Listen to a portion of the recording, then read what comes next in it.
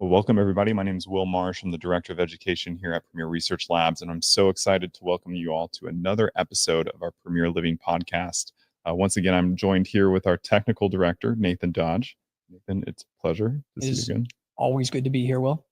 And we are actually going to be talking about optimizing your daily rhythms, basically to support optimal and premier outcomes in every single day that you live. And I think it's, something that we take for granted, our sleep and wake cycles. And what I really wanted to maybe frame first for our audience, what are the key processes, right, that help your body wake up to a new day and actually help your body settle down to rest in the evening? Sure. This is it can be a very complicated discussion. It's multifaceted for sure. But really, I think the whole idea of rhythm is so important here. The idea of having separated stages to your day so that you're clearly delineating that sleep from wakefulness. Because what ends up happening so often in modern life, and let's face it, it's a complex stew of sensory input that just bombards us all day long. I think probably one of those concepts that I very frequently return to is the idea of how much really just the sensorial input for human beings has changed in the last 100 or so years. Mm-hmm. There was a time when darkness at night was truly darkness. If there were any light at all, it came from torches or from candles. It was just a very, very faint form of light, a very natural form of light. And essentially with the advent of electricity, with the adoption of electric lighting, you really kind of eliminated true darkness. It's difficult at this point to find places that are really, really naturally dark anymore.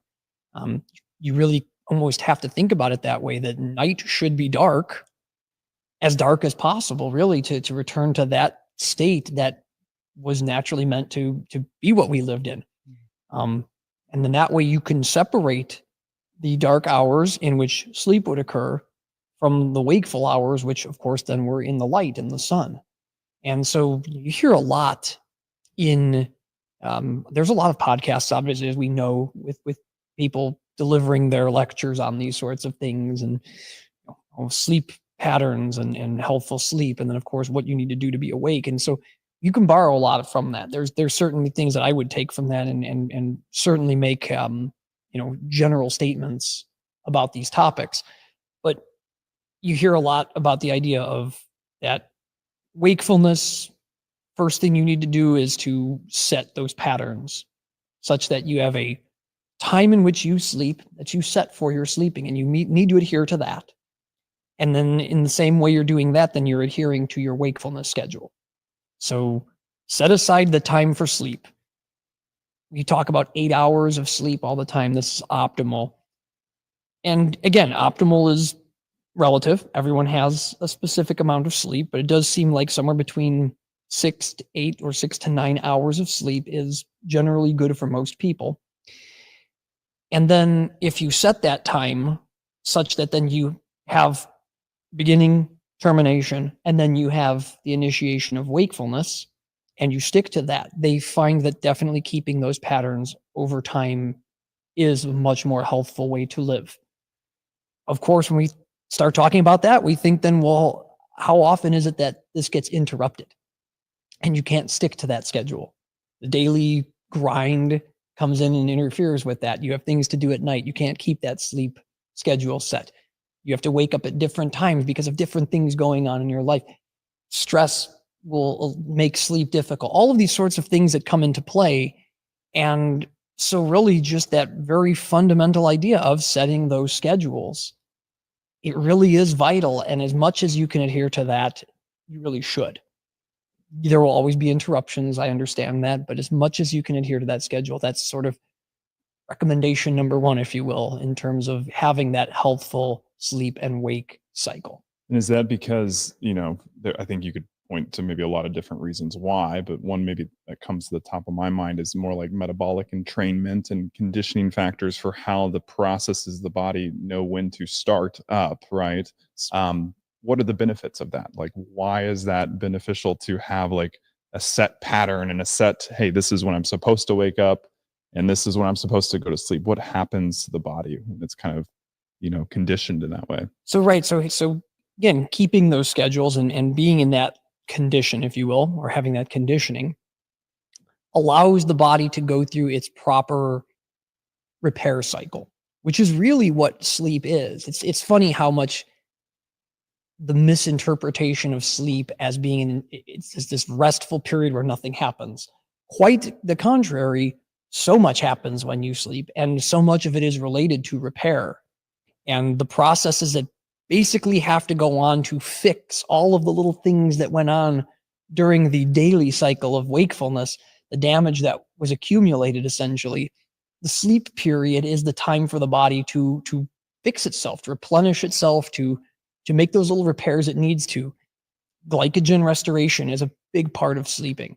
Not to mention the fact that protein synthesis, muscle building occurs during the sleep period very heavily. It's the most or the most profound, if you will, muscle growth period actually tends to be during the sleep cycle. On top of that, there's also the thing that I like to talk about a lot, which is the glymphatic system and clearance of waste material from the brain. And again, this is such a maybe a newer, if you will, understanding that we've really gained over the last 20 years or so is really what the glymphatic system is and what it does, and that its activation is during sleep. And primarily it's during the deepest cycles of sleep, although it can occur during other cycles as well. There's activation in various parts of the brain in terms of moving the quote unquote glymph. But if you don't have proper sleep cycles, if you're not getting full sleep, essentially, so you're hitting all those cycles going from higher activity to lower activity in the brain, you won't get that proper clearance. And there's so many connections now being made in terms of seeing that disorders of the brain. So everything from anxiety disorders to Alzheimer's, or to at least the building up of amyloid plaques and various other things in the brain is in some way at least governed by the glymphatic system and its ability to clear the brain of metabolic waste products. So important to get proper sleep. And that's why the uninterrupted sleep, if you can, is so important, because you have to really allow the brain to get through all of its cycles. Everything again from your reducing, as it were, the activity level of the brain, so that the brain waves themselves, it's going from high activity to low activity. And that deepest part of sleep, when you're in the delta wave, that's when so much actually occurs in the body. That's very important. It's glymphatic clearing is occurring in the brain, but also you're getting growth hormone release at that point, too, in the sleep cycle. So it's just, again, it's so vital to optimal health to really have the ability to reach that full set of sleep cycles and be able to rest and repair, so that during wakefulness, you're able to function optimally. So would you, I think it's interesting because, probably a lot of practitioners listening in, clients, consumers, right? A lot of us typically, when we think about it, we're adhering to a daily schedule of what's going on when the sun's up, right? When I'm eating my first meal, when I'm maybe taking a break, when I have a certain level of activity. Those are all really, really important. But scientifically speaking, would you say that it's most important to have your sleep pattern locked in? I would definitely say that, because there are, and again, there's all these different things that are tossed around, terminology that you hear. One that I hear frequently is this idea of chronotyping. So when a person is most active, both in terms of their ability to function physically and the ability to function mentally, at what times of the day. And if you really look at that, what it shows is that there's this continuum, if you will. It's a spectrum of where people land on that. And so although you can take any slice of the population in a sample size and you can say, all right, we're going to have this whole group of people test, some sort of physical activity. It could be running, if it, some aerobic exercise, or it could be anaerobic. It could be, weightlifting or something like that. It could be paying attention to a task, all of these things that you can do. And again, you find this spectrum. It's hard to isolate that for all people, this is going to work. So, some people work out in the morning, some people work out at night. Some people find that for whatever reason, their best period of productivity in doing their job is from 11 a.m. to 1 p.m. Again, it's this spectrum. So it's really difficult to pigeonhole everybody to one spot.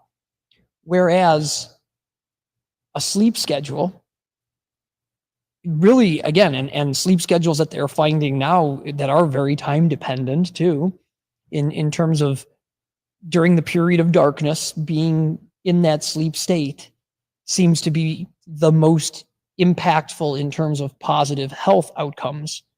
And they've even got studies showing almost down to very specific times in that darkness period, if you will, and finding that health outcomes for people who go to sleep past a certain point in the evening are diminished versus those who go to bed at a certain time, nearer this sort of optimal time, if you will. And definitely passing after the midnight point seems to, and again, not conclusively, but seems to have a deleterious effect on health. So the later past midnight you go, essentially to sleep, the less of this beneficial activity occurs in the brain and the body. So, what they find very frequently is people who are shift workers, people who who work midnight shift and then, or an overnight shift and then sleep during the day, certainly have far less optimal health. That does seem to be the most common finding in terms of when they start to really drill into these sleep and wakefulness patterns, because you have essentially someone who has a pattern. It's an established pattern for them, and they've in most cases been doing it for, generally speaking, I've seen in a lot of these studies, people have been doing this for years. People who are working through what is normally darkness and the time in which they would be asleep, and instead they're going to sleep at 8 a.m., for example, something like that, which is typically speaking then the time when, if you're following a light and dark cycle, that's when you would be at really that peak wakefulness getting really established in your day. And anyone who works these swing shifts or works a midnight shift or whatever, not having an optimized sleep schedule, it becomes very, very difficult for them to achieve the repair needed to be at optimal health. And it's a really scary thought, because you think about how many people have to work jobs where, again, they're working overnight, or they may be working overnight for a few days and all of a sudden the shift swings and they're working during the day and they can never establish a proper sleep and wakefulness cycle. So again, I mean, it's condition of the modern world, perhaps, but certainly something that I think we really need to pay more attention to as we learn more about the beneficial effects of having that distinct sleep wakefulness cycle and trying to adhere to the dark and light cycle as much as possible. Yeah, it makes me think about, the reality of, can we ever fully escape the influence of the largest, celestial object in our solar system, which is the sun, right? And I would probably argue no. We live. I mean, maybe eventually when we live in domes or something like that on a different planet, but the reality of it is we have to be mindful of what is the universal clock of the human paradigm, which is what's shining above us every single day. Oh, certainly. And really, when you think about that, none of this would be possible without the sun's energy. And look at the simplest forms of life, the earliest forms of life. You had a lot of, don't get me wrong, you had some heterotrophs who were using various forms of materials for their base energy, but the sun provided so much energy that really allowed for the proliferation of life, especially in the carbon-based format, so to speak. But again, I mean, you look at the process of photosynthesis in terms of deriving energy from the sun to create other molecules that allow for growth of the organism. I mean, it's this incredible process, but very much tailored to exactly the type of energy that the sun is providing. And really, it sort of it all goes from there, so to speak, that you know we require that to more of an extent than I think maybe we realize, in terms of, if not for those, the plants essentially is what I'm speaking of here, obviously photosynthetic plants, and even some photosynthetic bacteria and whatnot who use the sun for energy. Without those very basic life forms creating, either themselves being a source of food for larger animals, or providing another part of that chain, and then all those plants that provide the compounds that we need, I mean, those wouldn't be produced without them being able to derive energy from the sun. So we're reliant on the sun for all of our food too. I mean, the sun provides the energy to run this planet. And unless there were some evolutionary stepping point where we move beyond that need, then yes, everything is dependent on the sun. Well, it kind of, we're believers here at Premier that we are light eaters in essence, right? Because everything is coming from the sun, but there's this field effect that so kind of happens because of the environment of the sun and different elements in the environment, how that then can kind of entrain the body and activate certain parts of the body. And I think science is still starting to really conceptualize the importance of like sun exposure on the skin, Mhm. and how, going outside and getting that first, morning dawn sunrise in the eyes, it causes this cascade of effects in the body. But that's because you're in this field effect of the light that's emitting from the sun. And so, we're still conceptualizing all those benefits. And, it's interesting because imagine if we existed in a world that was just sunshine. We talked about shift workers that were in the dark, or, trying to avoid the sun, but think of what the world would be if it was just sunshine too, or like be a very hot place. But, metabolically, and like how we would have to evolve for that would be completely different as well. Absolutely. And again, because of the, and I love to use the term diurnal, but because of the diurnal processes, meaning day and night, because there is that period of dark that allows for repair and growth, et cetera, et cetera. That really has entrained us as human beings to function that way, which is why if you put a person somewhere like in the far north of the Arctic Circle, to be there during the time when the midnight sun occurs, I mean, if you're up there that far, the sun does not set. The sun is up. I mean, there are places that people live where for a period of the year the sun does not set. You have essentially perpetual sunlight, and it may not be full sunlight, but it's never not there. And that effect is profound and not beneficial. And so it's just as bad as being tossed into darkness for 6 months, essentially. Mhm. That both of those, there's that imbalance. And that imbalance is so negatively skewed, it's so deleterious to health, that it really just goes to highlight the fact that we do have those cycles. We do have to have that period of light and period of dark, or you're going to start to see some serious problems with your body. Yeah, I mean, it's poetic in a sense, right? I mean, you could apply that philosophy to every single aspect of life. Period. Is you have to have rhythms of day and night, light and dark. And so, in that same vein, we want to talk about optimizing those rhythms. And since we've focused so much on sleep, let's talk about waking up and actually priming ourselves for our day, and then we'll maybe hop into sleep, Sure. because I think that's the keynote that we really want to hit on. But waking up is not necessarily a passive process, correct? That is correct. That is correct. It's really funny to me sometimes, actually, because so much of what I hear in other podcasts, there's been so much recently about this idea of how do you optimize your morning routine? So, in other words, really what they're saying is, how do you wake up? How do you start your day for really being in the prime of your health, and being able to be the most productive person you can be? And getting morning sunshine as soon as possible is incredibly important. There's definite positive effects that seem to be quite profound from this exposure to sunlight early in the day. And getting that exposure before a certain time in the day too. So really this 9 a.m. cutoff point, you really should be getting natural sunlight on your skin, into your eyes prior to 9 a.m. The effects of this really essentially, to keep it just very, very simple, I mean, it's really waking you up. It's allowing the activation of a number of systems in the body that, for whatever reason, evolutionarily speaking, you want to say, that is how they were developed. They were developed to have that exposure so that we really weren't meant to sleep in until noon every day. Really. I mean, that's a fact. And so activation of multiple parts of the eye and the way that that actually generates activity in the brain, that is dependent on this, really very heavily dependent on being exposed to natural light.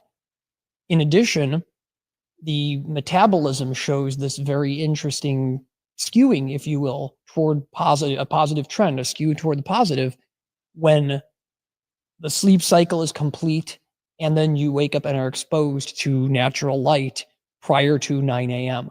And there are more and more studies being published daily, well, at least frequently, but more and more studies being published showing just how beneficial this is and really how much our health is dependent on that part of the schedule in order, again, to be at optimal health throughout the day. Talk about caffeine for a little bit. There's I think there's very distinct sects that believe, for some people believe caffeine's totally fine upon waking. Some people believe that it should be avoided until, later in the morning. Talk to us a little bit about your philosophy, how you approach caffeine, and maybe for our practitioners and our viewers, some strategies to help them maybe understand whether caffeine is something that is optimal for them to take, or maybe something for them to maybe avoid. Well, I suppose this is going to get controversial probably, so I like this question because, as you know, and as everyone here at PRL knows, I am an inveterate user of caffeine. I love caffeine. I love coffee. I love tea. I drink them daily. Some days I probably have more than I should, and certainly some days I drink them later than I should. And when I say that, those statements themselves beg the question, okay, well, what is too much? What is too late? Where are you going with this? And just for listeners, I'm more of the avoid caffeine at all costs and maybe use it as a pick-me-up when needed. So we have two personalities that representing themselves here. Certainly. And again, I think that really it is a very individualized use case. Every person really needs to find what works for them. If they choose to use caffeine, the choice of how to use it is incredibly important, because it is well known that there are two distinct subsets of humans: those who metabolize caffeine much more efficiently and rapidly, called fast metabolizers, very clever, and those who don't metabolize it as efficiently and therefore are very cleverly known as slow metabolizers.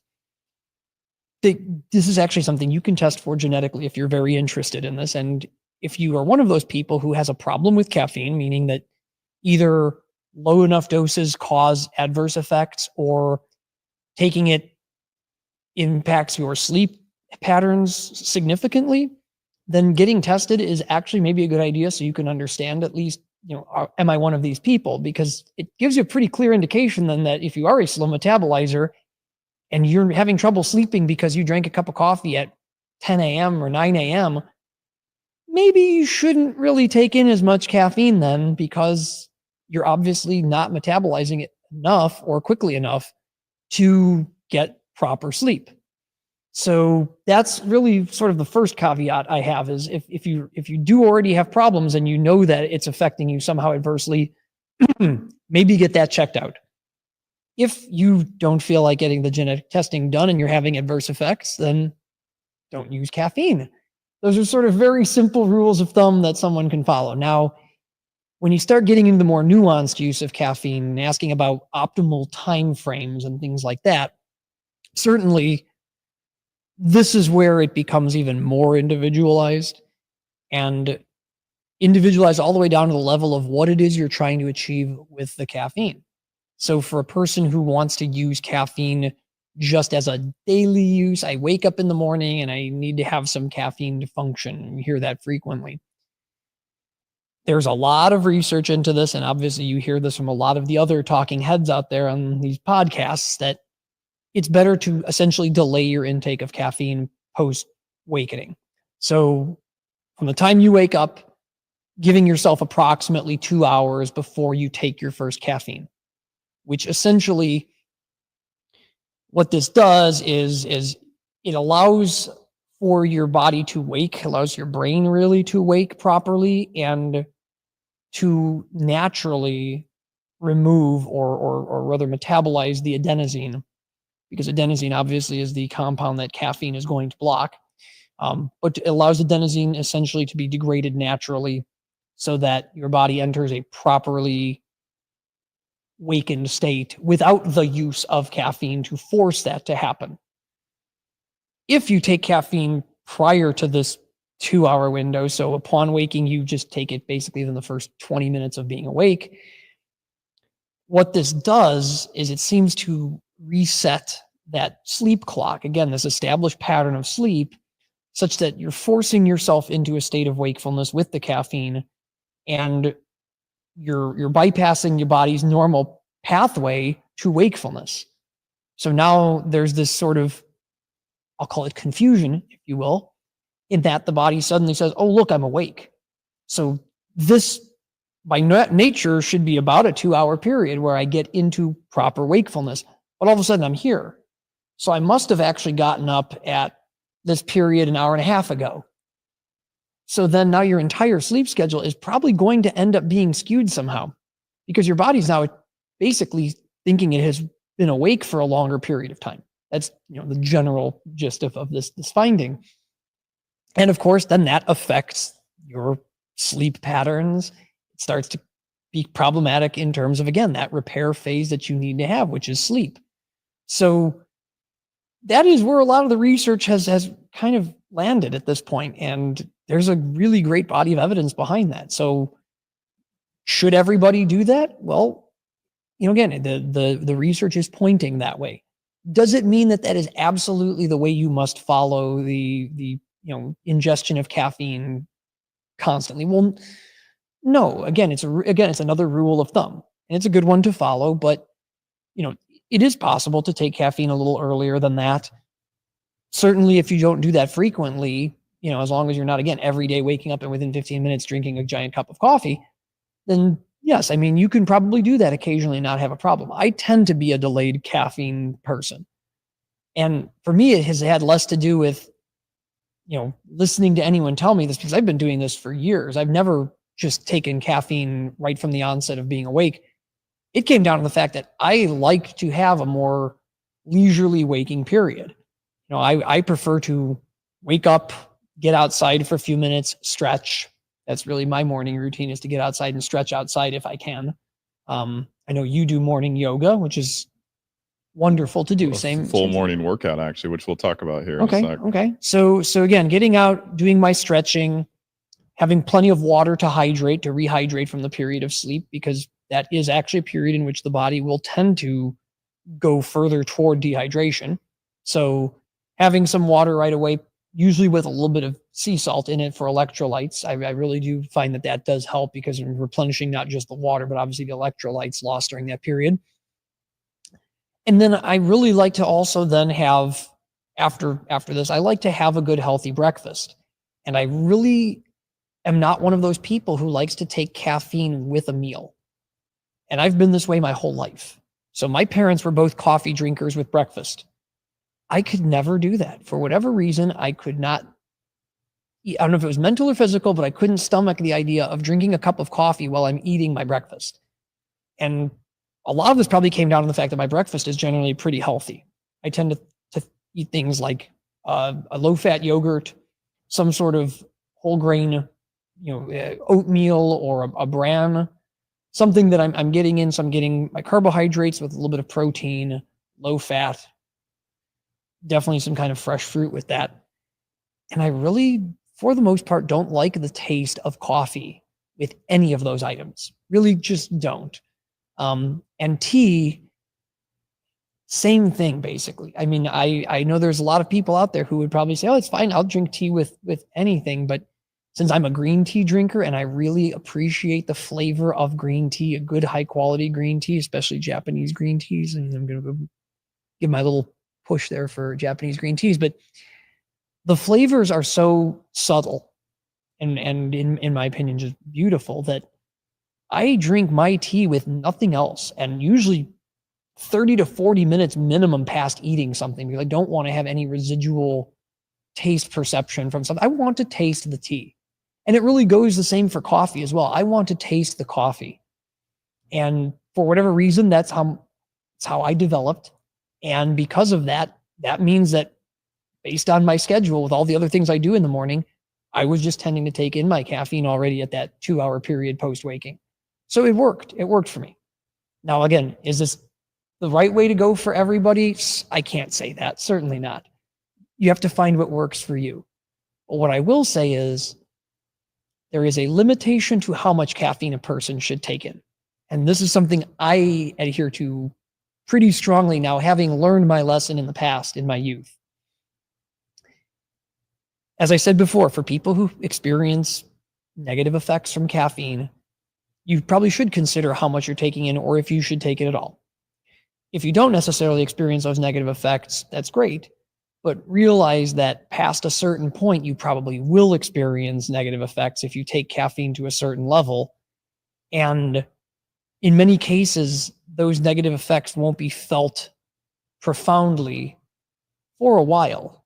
So you can take in these higher doses of caffeine without knowing necessarily that you're really having these negative effects until it catches up with you.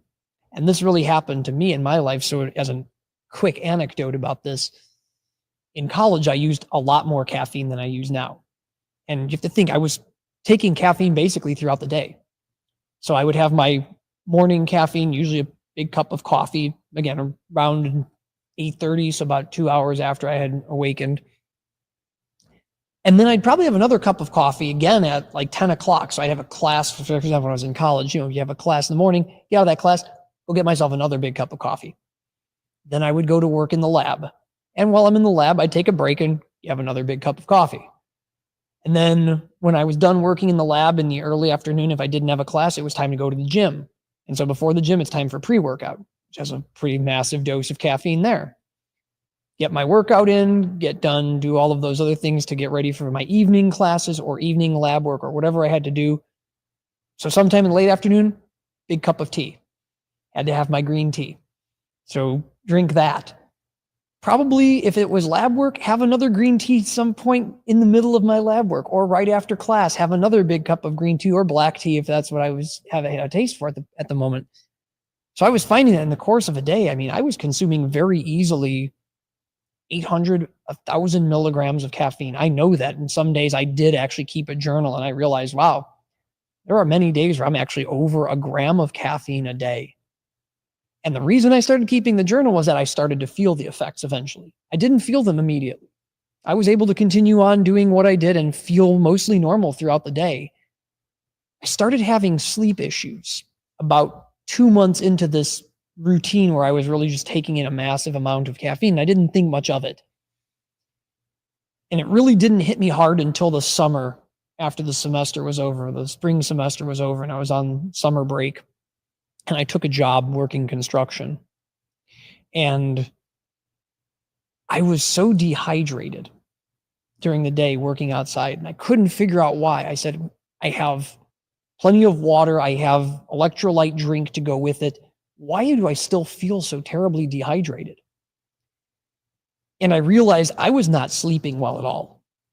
But for whatever reason, I wasn't even thinking about that until I started paying attention to that. And I realized, wow, I'm not sleeping well. I wonder what's wrong.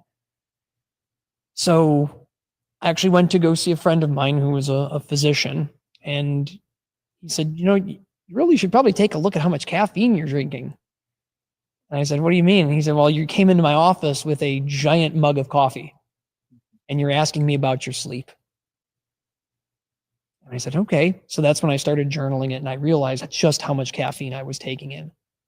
And really that was about it for my large dose caffeine days, because I realized, wow, I mean, even at that point, the recommended caffeine for a day was about 400 milligrams per person max. I mean, that's when I realized, wow, I'm over double this. And some days I can tell you right now, the worst I ever had that I recorded, I was about 1,600 milligrams of caffeine.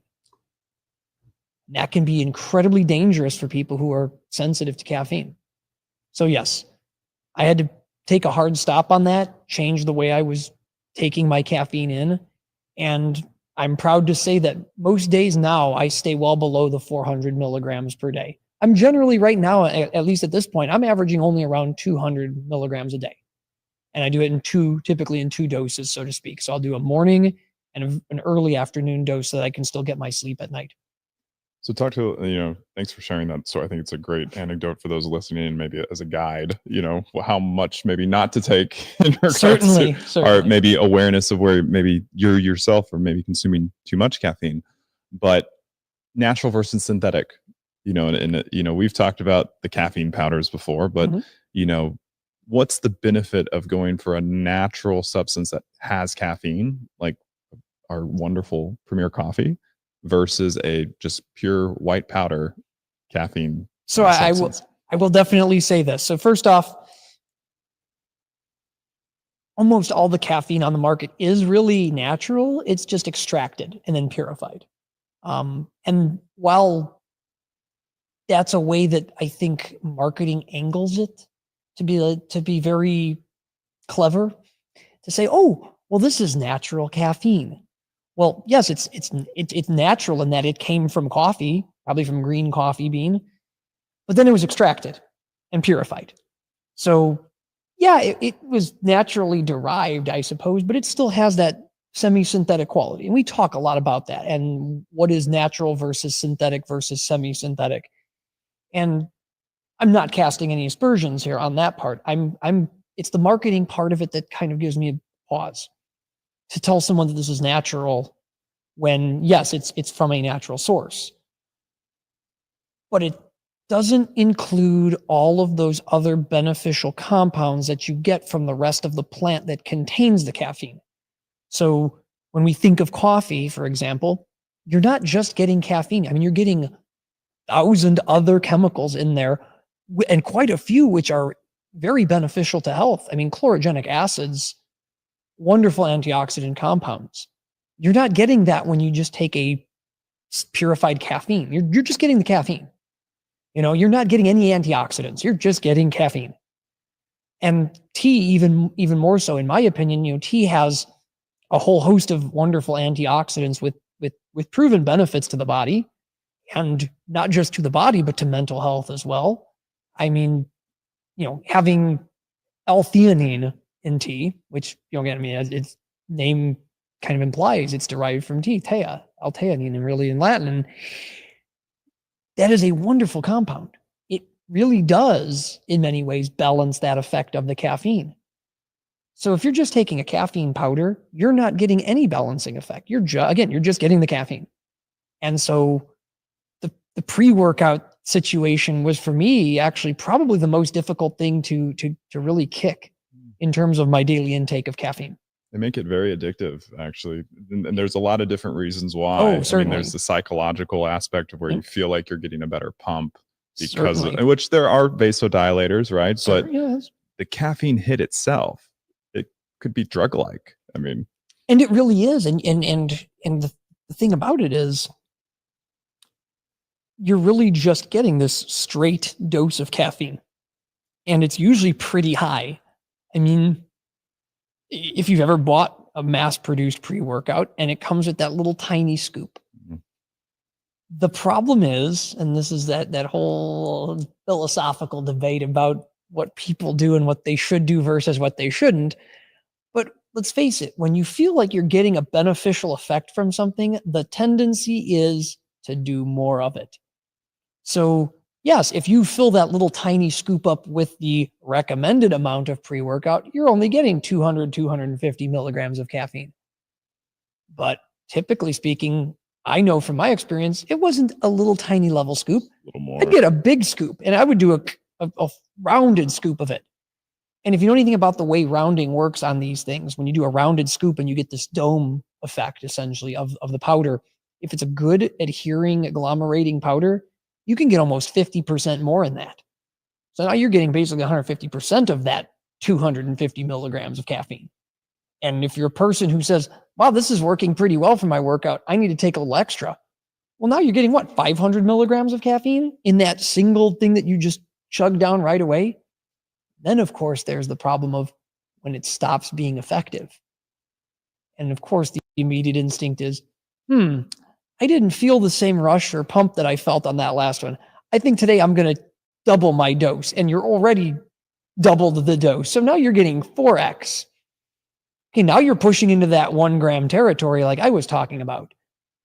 This is where things get really scary, actually. And we look at how these things are being pushed and how really young people who are interested in fitness are essentially being told, oh, you need to take this pre-workout. It's going to get you the best workout of your life. Well, I can tell you right now from experience that maybe once in a while you take that and it really gives you this great experience, this great workout. But I don't use pre-workouts anymore and I still get great workouts. So for me, it doesn't even make any sense why I did that when I was younger, except that I bought into the hype. Yeah, it's a lot of ways it's a placebo-like effect, right? From the marketing and what's on the packaging, and a lot of people aren't cued enough into their body to really understand what factors relate to a really you know successful workout and what drives that feeling of like accomplishment. And it's usually not the pre-workout that's it might psych you up, but it's all the other domino effects from the workout that kind of go into play. And I was the same way. I was a natural bodybuilder. In past life, I used to work for a sports nutrition company. I sold many a pre-workout in my day, and I've sampled a lot on the market in that tenure. And the reality was that you would always reach a limit of when it felt effective. You'd always want to take more. Then you would start to. For me, I wasn't even fully aware of like nervous system entrainment and like how that traps your nervous system into a certain conditioning pattern. Which we talked about how that dose of caffeine completely resets your biological clock in a lot of ways. And I was working out 10 p.m. 9 p.m. right. And there's college kids I know that do that, and they take a dose of pre-workout and then they want to go to bed 3 to 4 hours later after that. And I'm like, you're not getting any quality of sleep, right? And this is where we talk about how you can structure your day for success. And I think it's really being mindful, as we've kind of through this arc that we've gone through, be mindful of your stimulant intake and like when that's actually there. Certainly. And that's going to lead to optimal outcomes in the future. Absolutely. Sleep. So yeah. What are ways I also something that I also really found beneficial in my journey, and maybe you've experienced this as well, but it's really starting to understand your cortisol curve. And really starting to become aware of how stress is impacting your circadian rhythm. Yes. One of the big changes I made in the last, I would say, year or so, was starting to work out all the time in the morning instead of in the evening. I used to be after work. It was kind of like my stress reliever was to add more stress physiologically by going into the gym. But I was finding that I was just always taxed the next day. I was never feeling fully rested. And it felt like my morning cortisol was way too high. Like I was just drained physiologically. And what was really interesting is I had to get over that hump to even want to go work out in the morning, right? There's a lot of, let's just say there was a lot of momentum built up behind that pattern. But when I started to adopt, a morning workout and like kind of match the cortisol peak that happens when you wake up, because for those that might not be aware, there's a huge cortisol dump right when your body wakes up, and that's kind of it primes all the different processes in your body to like kickstart, because you're going to be moving now. Yes. Right. And so the body needs to be aware of that. And so when I adopted, I'm going to be in line with this cortisol curve, I found, inflammation went down, blood markers, vastly improved, blood pressure, all these different markers. And it was literally just from shifting when that additional stress of working out was in my day. Mhm. And so talk to maybe audience a little bit about that cortisol curve and, how we can maybe support healthy management of that Right. as well. So when you think about that, and what you point out is really interesting. So yes, upon wakening, there is a massive surge in cortisol. And that's a good thing because again, you need it to be primed for your day. You need to be awake. You need to have It's technically the biggest one the of the biggest day. one. It should be. Should be. It should be. And this is where I was going with this, is that it should be the biggest one of the day. If you time your, and again, this goes right back to this idea of delaying your caffeine intake too, is that the idea being that, all right, you've reached this wakefulness point, surge of cortisol. It, in theory, should start to come down during the day, so that what happens is you level off, and you should have only the amount of cortisol that's essentially essential for your body to run, more or less, without having massive spikes of cortisol. Now, what happens is we've structured our lives such that we tend to have spikes of cortisol throughout the day.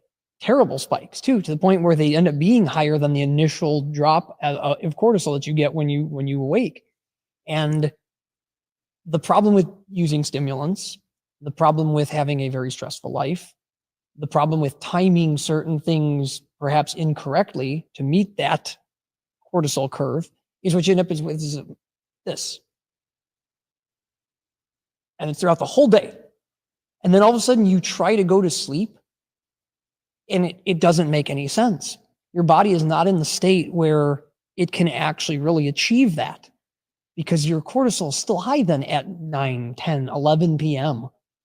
And it's a really weird sort of situation for us. And you hear this frequently about needing to stay away from blue light, for example, after a certain point. Well, going right back to this idea of the day and night, the diurnal patterns, darkness, light, sleep, wakefulness. We're exposed to blue light constantly from electronics that we use, and we shouldn't be.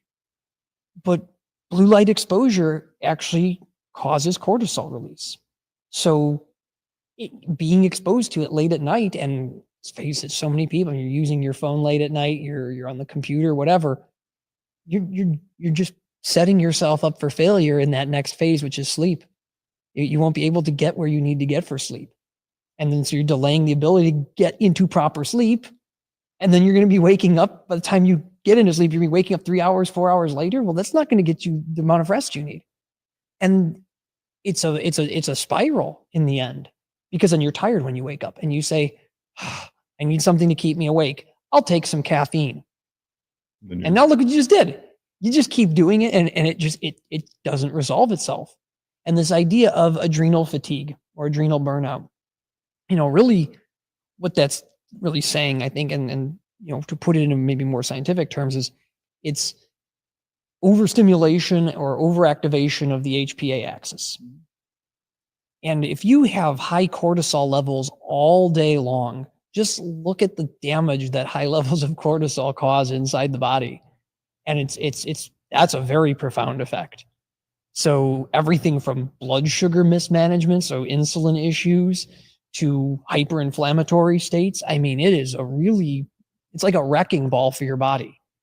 So this just goes back to this idea that, again, mindfulness of what you're doing, mindfulness of your whole day, all your patterns that you follow is just so vital to being able to really, again, you're going to have some disruptions to patterns, but if you can structure the patterns that you can adhere to as much as you can, if you can have the 80-20 rule, 80% of your day you're able to structure in a favorable manner, that accounts for allowing yourself 20% flexibility in that structure, which, let's face it, if you can get to that point, that's wonderful. You'll be able to have proper sleep schedule, proper waking schedule, where you do the things you want to do and the things you need to do without burning yourself out, without having to rely on a stimulant to just keep you going. And so being mindful is really the key to success, because it allows you to set the parameters you need to set. to be healthy. Yeah, I did. I think it's a beautiful nugget that you just really shared was that 80/20 rule. We so often apply it to the diet. We don't think about it, how it can apply to every choice we make, every decision along the decision tree of the day.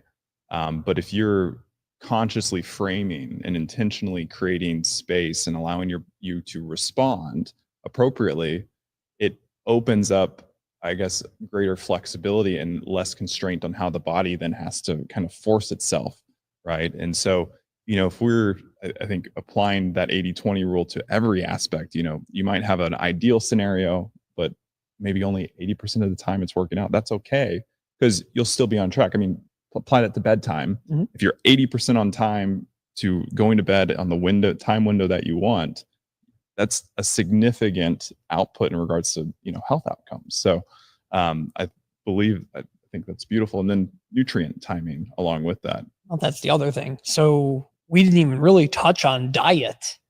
We only touched on one additive compound to the diet, and then just general ideas of sleep. The diet is also going to play a major portion of this because you have to be able to fuel yourself properly. And when we think about even just thinking of something simple like your morning workout, right? So you like to do a morning workout after you wake up. Do you do it fasted or do you eat something first? What's your habit? Fasted. Fasted. So, I do use our fermented beets. I may take some amino acids, easy to digest, simple, not really requiring a overall enzymatic activity that's really breaking that down into smaller components, but body just can assimilate that, right? Yes. So and then stimulant free though. Well, again, that's wonderful. And having something, especially again, like the amino acids, because the uptake is so quick. It's a rapid uptake. Utilization is very high on amino acids, typically free amino acids. So that is something you do see quite frequently with people who work out in the morning. They are still in a fasted state. By taking the aminos, they're not really breaking the fasted state. So that's a really great habit to have. And what it does is it's still allowing you to take in something that can partially account for this added stress you're going to have, that you're going to take on immediately upon waking. And that's really then that comes down to the idea of diets and supplementation. What's healthy for supporting the things you're going to do when you're awake or when you sleep for that matter, but making sure that those patterns are there as well to support the overall pattern of sleep and wake. So for you, that's a wonderful thing to do. I myself haven't done fasted workout in quite some time, but when I did, I did the same thing. I would take amino acids. That was the extent of what I would take before I would get into fasted, and primarily it was fasted cardio, especially for doing things like mixed martial arts. Fasted cardio is something I did. And anecdotally, it feels like it primes kind of the body for the rest of the day. Well, that is definitely the key. So a little bit of physical activity in the morning, it really does reap a lot of benefits. Because if you think about it too, any kind of stretching activity in the morning, getting yourself out of a state where in sleep, the body has a tendency to, although it's relaxed in some ways, I mean, I use quotation marks when I say relaxed there, but it's relaxed, but we end up in positions when we sleep, just physical manipulations of the body, if you will, that aren't necessarily favorable. And for whatever reason, we manage to sleep in these positions that otherwise might seem somewhat uncomfortable. So if you can't have complete control over the way you sleep and be able to be in this perfectly supine position or lying perfectly on your left-hand side with arm cradled, legs posted up over a pillow so that it's keeping the gap in the thigh to prevent, there's all these little things you can do. And if you can't do all of that, if you wake up in the morning, a stretch is so important. You're moving properly in hopefully you're stretching properly and following proper form and guidelines for stretching, but you're giving a little bit of physical activity enough to really get the heart rate moving. You're increasing heart rate, so you're going to get some more blood flow. You're stretching your body in naturally occurring ways, so the proper movement for the body. You're getting synovial fluid is starting to move properly for joints or lubrication. It's really great to have that movement then first thing. and take advantage of the fact that you are now coming out of sleep, you're going to have that cortisol spike. But for most people, gentle exercise, I don't necessarily recommend a very vigorous exercise first thing in the morning, but for some people it works. But for those who can't do something incredibly vigorous, something soft, stretching, Tai Chi, Qigong, something like that is wonderful for just, again, I like to call it catching, if you will. It's catching the cortisol. So you know you're going to have the spike as you wake up and you come out of it. It's a stressful thing, waking up. So being able to catch the cortisol and kind of do this with it. So I'm going to wake up and I'm going to immediately do something that is not stressful, but I find very relaxing. It's still keeping me moving. So my body's not going to just want to go back to sleep, but it's still not so stressful that I'm compounding the cortisol release. And for you as a person who's worked out enough, I think that's maybe part of the reason why you doing a workout, it can be vigorous in the morning, because for you that is relaxing. It is in a way. Yeah. It's and I think there's this, one of the worst things I probably, I know there's a lot of people that do, and I'm guilty of it too, but it's that that sleep inertia aspect of laying in the bed and then opening up the phone. Right. And I think we all do it. We're all guilty of it at some level, but I think taking a moment to realize what that is doing. And especially if you're then going on social media and then getting bombarded by stimuli, or, you're immediately, and we all do it sometimes too, checking the work email, right? But you're not even allowing the mind and the body to ground into this new reality, which is a brand new day, right? So taking 5-10 minutes to breathe, to move, to hydrate, to just integrate. One of the, probably my opinion, because I'm not immediately going to the gym, it's an hour after I'm waking up that I'm actually lifting or doing aerobic exercise, just to be present. Yes. Then you can make a decision of what probably is best for you to do. Yes. From there, or go into the social media or go do into the work email. But that's going to just stimulate all these unnecessary psychological and physiological, where your body's just like, hey, I'm just trying to figure out where I'm at. Well, you and I talk about this frequently here at work, the idea that when you wake up, you go outside, you get some natural sunlight, ground yourself, literally. Take off your shoes and socks if you're not barefoot already. I sleep barefoot. Now you know too much about me. And just walk outside and put your feet on the ground. In the grass, if possible. This is Texas. Sometimes it's hard to find any grass. That's what I do. I wake up, I walk outside into my yard, and I just stand. I have a little garden right there next to me. I get to see what's come up over the last few days and see how it's progressing. And I get to stand outside in the sun with my feet in the grass, being part of nature. And I just think that's the most wonderful thing. Yeah, and then that then echoes throughout the day, right? It's kind of one of those aspects or practices of gratitude. Like for me, I always want to just say thank you, that I'm here, that I get to witness this, that I'm seeing the sunrise again. And yes, there's a million things on my plate, to tackle, but in this one moment, the only thing that I need to do is be present. And that energy, then, when I am faced with a tough call, or like, I'm stressed out and I'm just trying not to be reactive, but actually responding. Well, I can go back to that, that morning moment and say, I'm here to be grateful for everything I'm experiencing. So, I think it's part of the daily hygiene rituals that we can all take on. Be here now. Ram Dass, be here now. Amen. We have a lot of products, and we're going to be featuring this month Cognotropic and Tranquinol. They're kind of our flagship products for both healthy days and restful nights, and they work together synergistically. And I always find this beautiful about, and I think they're both here with us, but one of the beautiful things about Cognotropic that I hear time and time again is how it actually supports a greater quality of night sleep. Would you like to explain that scientifically, why that's relevant based on the ingredient profile? Well, so Cognotropic has and again, I'm a sucker for coffee and anything about coffee, so let's just face it. But Cognotropic specifically has the green coffee extract in it. Green coffee extract has a wonderful effect on increasing BDNF, brain-derived neurotrophic factor, which for a host of reasons, not the least of which, of course, is increased neuronal connection, actually allows, believe it or not, for and I'll say maybe an increased perception of the quality of sleep, in terms of if the activity of the brain is high and you're doing a lot of things that are causing cognition to be taxed essentially during the day, building up better, more efficient connections between the neurons in the brain is so essential for the brain to do what it needs to do.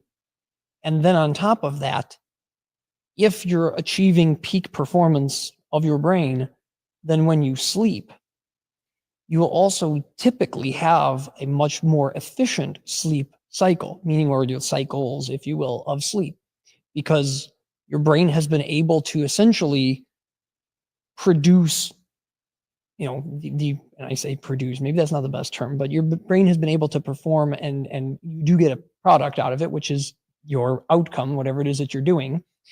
And in doing so, a healthy brain that is stimulated properly typically will clear properly too.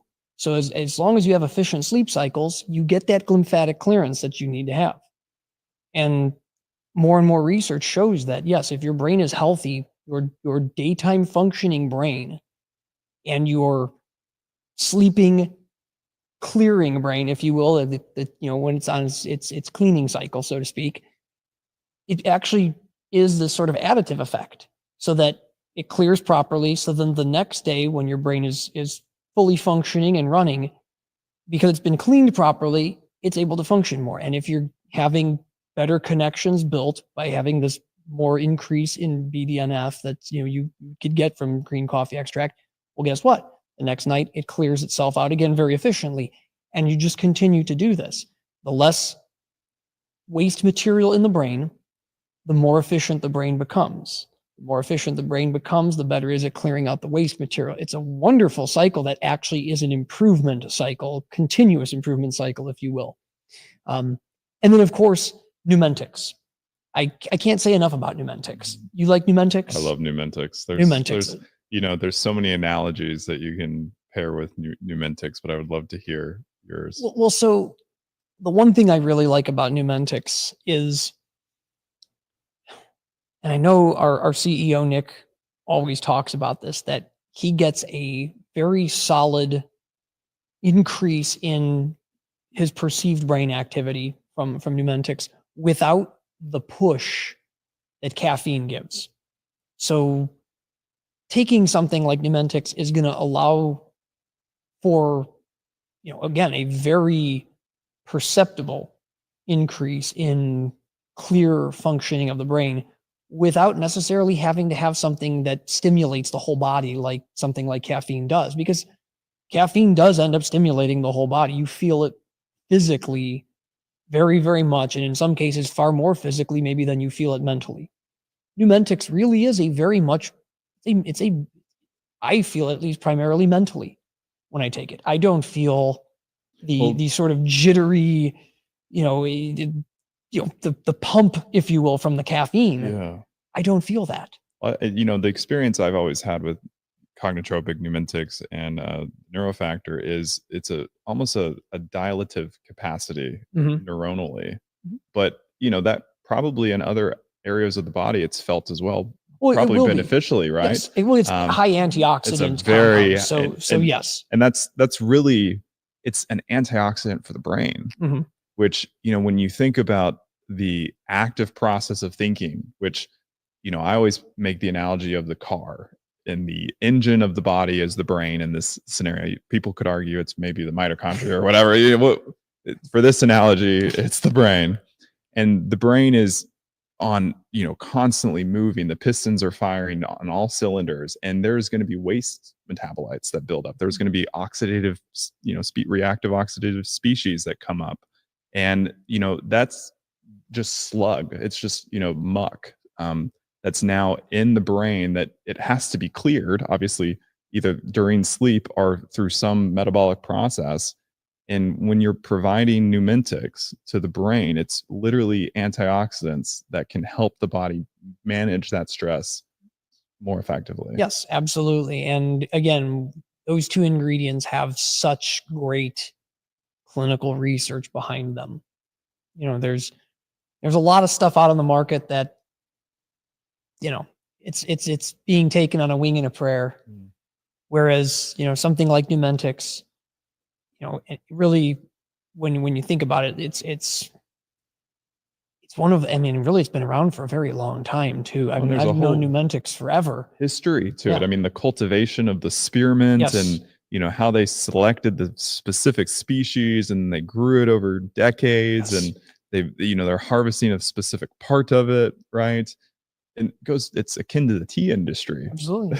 and again, also just think about that spearmint has been used for so long in traditional medicine.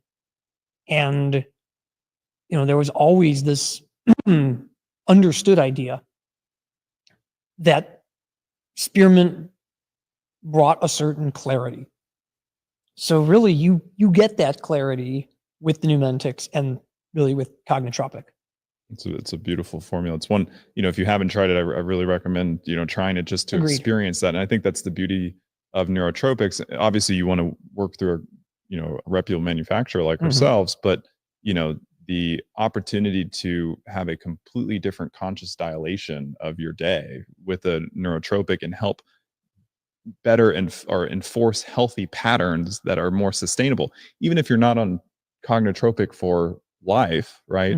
It could be, a neurotropic formula like Cognotropic could help you learn patterns that are sustainable and proactive in factors of longevity and beyond, right? And so, if you're looking to make that shift, and as a practitioner, maybe making that introduction to a neurotropic formula could really help somebody completely change their Certainly. life. And I don't use it every day. Yeah. But I use it when I need it.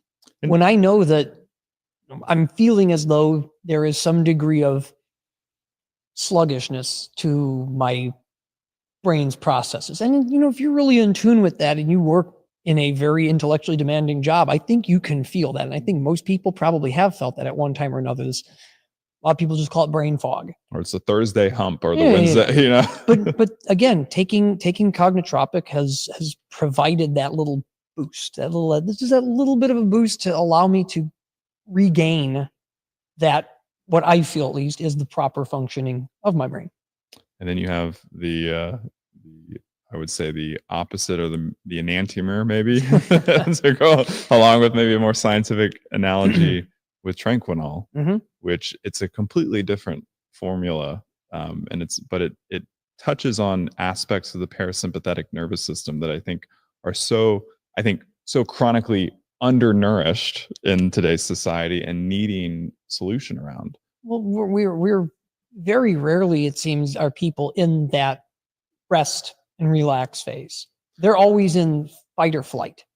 That seems like that's just the way it is. We've conditioned ourselves in modern society to be high blood pressure, high stress, got to be able to turn on a dime and suddenly change course and do something else. I mean, it's hard to relax in the modern world. It's a shame, because honestly, to understand when you actually want to consciously put forth the most effort and the best effort, right? And then have time to relax. You're going to, the work that you do in that fight scenario, which in modern society might be the email that you have to type out, right? Or the project, or the, video that you need to produce, or the podcast you're on, right? But, if you don't have that time to get to a baseline neutral, which really, I feel like there's different levels of rest. There's like that baseline neutral, And then there's sleep, which sleep's a completely different. Sure. And we can't. It's hard to. You can, but it's harder to access that. You have to kind of intentionally train your body to do that, like with yoga nidra and then these other mindfulness techniques. But just to get to a baseline of I'm just happy existing and I don't have to do anything. Yes. And maybe hopefully a lot of us listening and experiencing that. Maybe you're experiencing that right now, but we need that more in society. Certainly. I just feel how more productive we would be, more human we would feel. Yes. Right. But if you can't, right, without changing your entire life immediately, there are things like Tranquinol. And all-star ingredient in Tranquinol, magnolia bark extract, honocchiol. I mean, it really is one of those rare things that seems to be able to set you up for success in sleep. And don't get me wrong, melatonin is also a great pair with Tranquinol, something to help you really achieve proper sleep. But Tranquinol is a little different. Yeah. Because Tranquinol does not put you to sleep. No. But by being able to increase the ability to relax, L-theanine, for example,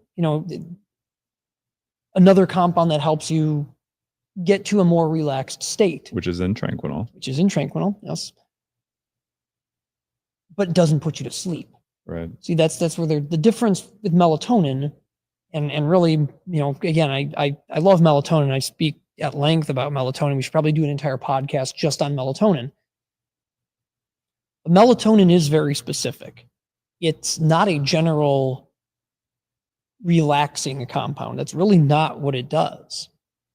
Whereas magnolia bark extract, certainly L-theanine, really what they do is they're just subtly altering the patterns of the brain.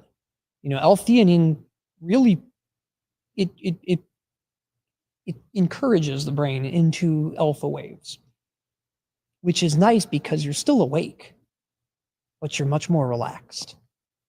Well, then, with the formula too, we have a clinically studied saffron extract, the Afron, if I'm not mistaken. And Afron is a whole other piece I want to talk on separately, but suffice it to say,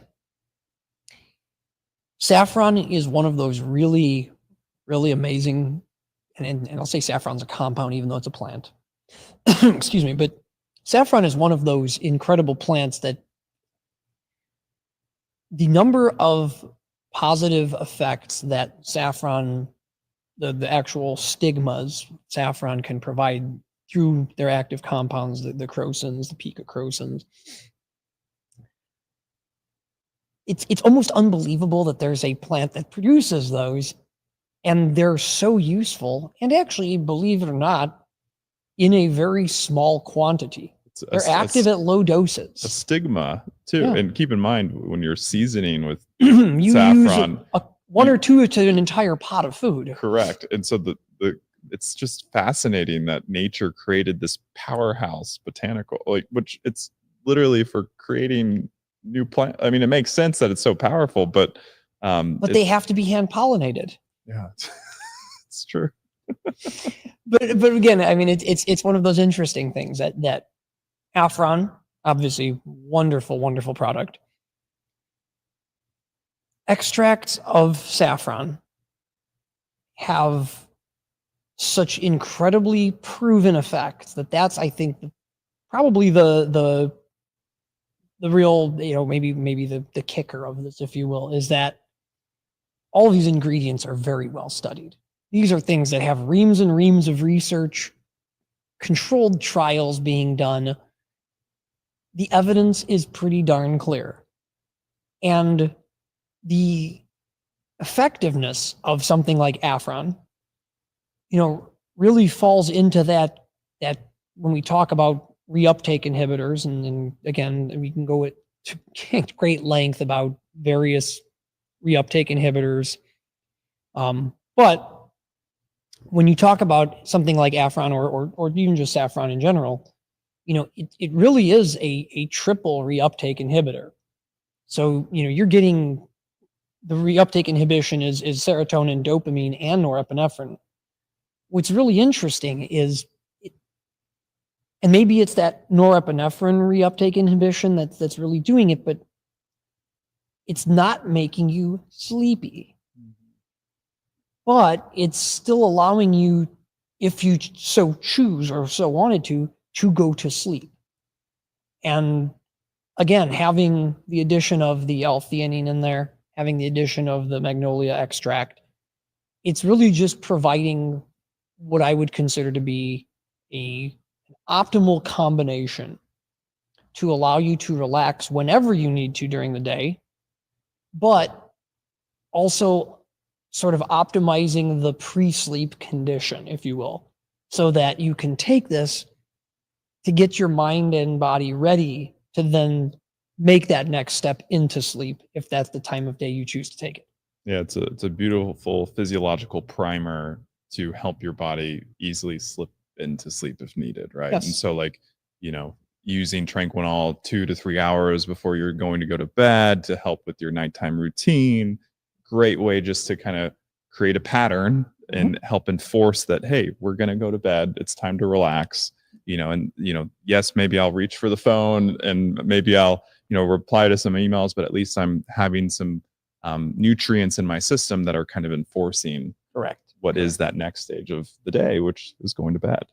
Um, Magnesium malate is in the product. We get a lot of confusion. The reason I'm bringing it up is we get a lot of confusion on magnesium malate and why that is in the product, because it's not a magnesium supplement. We're only getting around 50 milligrams of magnesium, if I'm not mistaken, but you're getting a pretty decent dose of malic acid.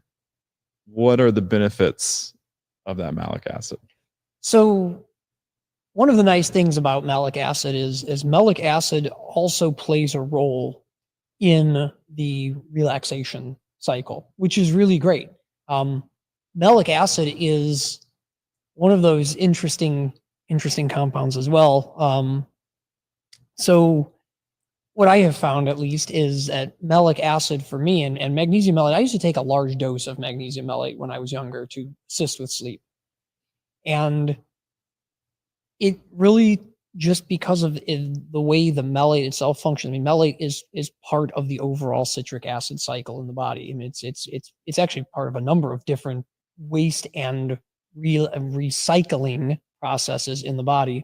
So it's used, it's waste, it gets recycled. It's a ubiquitous molecule, if you will, not maybe as ubiquitous as ubiquinol or ubiquinone, but you could very easily say this is also a ubiquitous compound in the body. But again, it's necessary for a number of functions in the brain as well, but also the rest of the body. I mean, it's vital part of cellular health in general. And I think one of the things we forget, and I mentioned it earlier, just kind of in passing, is sleep is not really the point where you shut down. These processes are still happening. They still need to be fueled. And so having something that supports the citric acid cycle in the cells is incredibly important. And actually, that's one of the major ways that the malate is functioning in the body.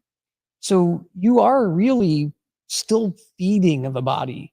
And Tranquinol is feeding the body through a number of different pathways, because you have a number of compounds in there that act in different ways. But you're getting magnesium malate, so you're not just getting the magnesium, which is, of course, a relaxing molecule, as it's well known for, but it's also such a vital part of so many functions. You're also getting the malate form as well, which is then helping to drive other functions.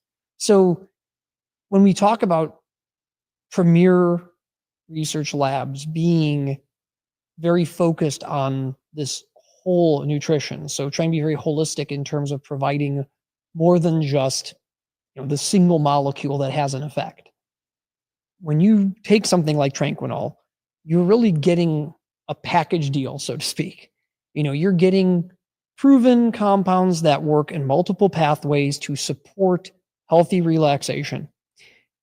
And you're really also getting things that are absolutely vital nutrients to the body, things that are going to be incorporated into multiple processes through the body And so that package deal, if you will, is just so much more of an optimal way to get those improvements that you're looking for in whatever it is you're looking for. In this case, with Tranquinol, the improvement is to your relaxation, and it's really driving that for you.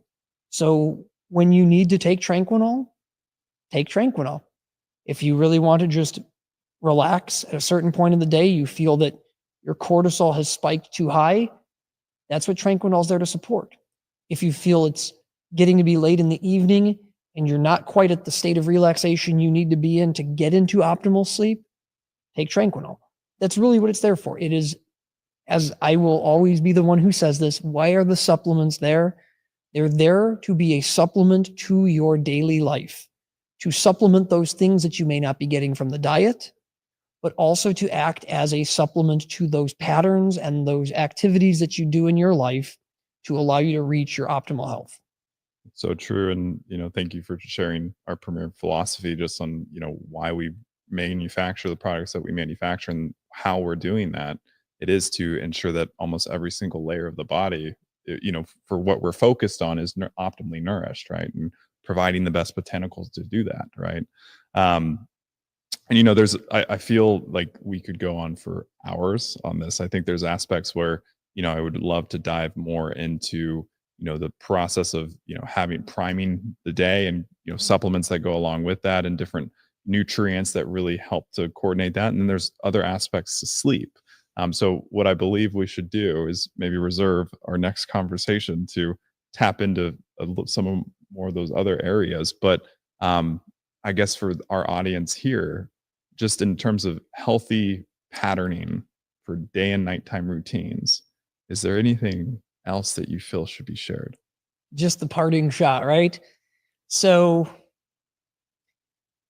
I think this all comes back to the idea of mindfulness, being aware of oneself and aware of what one is doing throughout the entire day.